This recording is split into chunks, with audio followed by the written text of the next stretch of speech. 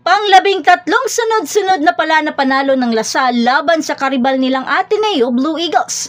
Mukhang na-master na ata ng Lasal kung paano talunin ang mga Ateneo. Simula noong nagkampiyon ng paaralan noong Season 81, mukhang hindi na nakabangon ang Blue Eagles sa pagkalugmok.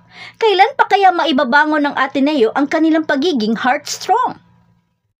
Pero bago pa man ang lahat, huwag mo namang kalimutang mag-subscribe at i-spike ang notification bell para lagi kang updated sa mga valuable ganap.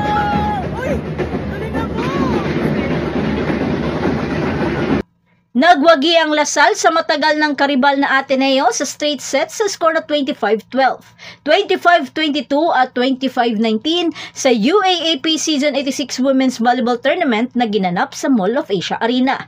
Umangat ang defending champion sa 3 panalo at 1 talong record sa pamamagitan ng 2-time reigning best middle blocker na si Thea Gagate na nakapagtala ng 15 points, including 9 attacks, 5 blocks at 1 service ace.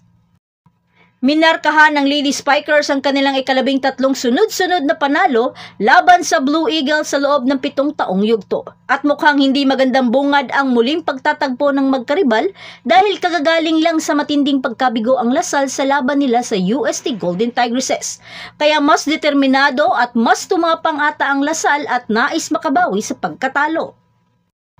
Kaya sa first set pa lang talagang pinalasap na agad sa mga Ateneo ang bangis ng kanilang blockings at mabibigat na service aces. Halos di makaporma ang Ateneo sa tindi ng mga atake ng Lady Spikers. Kaya dominanting nakuha ng Lasal ang first set sa score na 25-12. Sa second set, nagising ang Ateneo at kinailangan nilang lumaban sa mga higanting Lasal.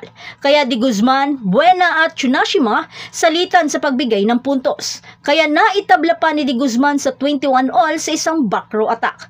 Sa puntong ito, uminit ang bakbakan at sagutan sina Di Guzman at Canino ng mga atake. Kaya lumamang bahagya ang Ateneo pero agad naman itong binawi ni Gagate at binigyan ng isang killer block si Tsunashima sa score at 22-21.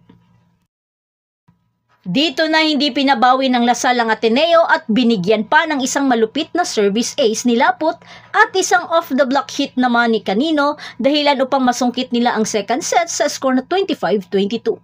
Bagamat kumapit at inilaban naman ng Ateneo pero sadyang kinapos at nawalan na sila ng receive at pasa.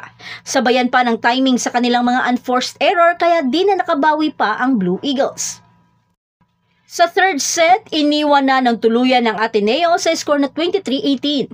Di na pinahintulutan ng Lady Spikers na makadikit ang Ateneo, kaya nagbigay agad ng isang malupit na quick attack si Gagate, kaya na-match point nito ang laban at isang monster block naman kay Sulit, kaya di na nakaporma pa ang Blue Eagles at tuluyan ng pinana ng mga Lady Spikers sa score na 25-19.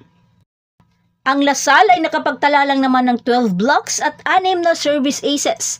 Walang awang tinalo ang Ateneo sa puntong ito. Tingnan lang natin sa second round kung makakabawi pa ang Ateneo sa masaklap na pagkatalo nila ngayon. Kailan pa kaya makakabangon ang Ateneo sa mahigpit nilang karibal noon na Lasal Lady Spikers? So that's it. Thanks for supporting this channel and please don't forget to like and subscribe and spike the notification bell para lagi kang updated sa mga valuable ganap. And thanks for watching.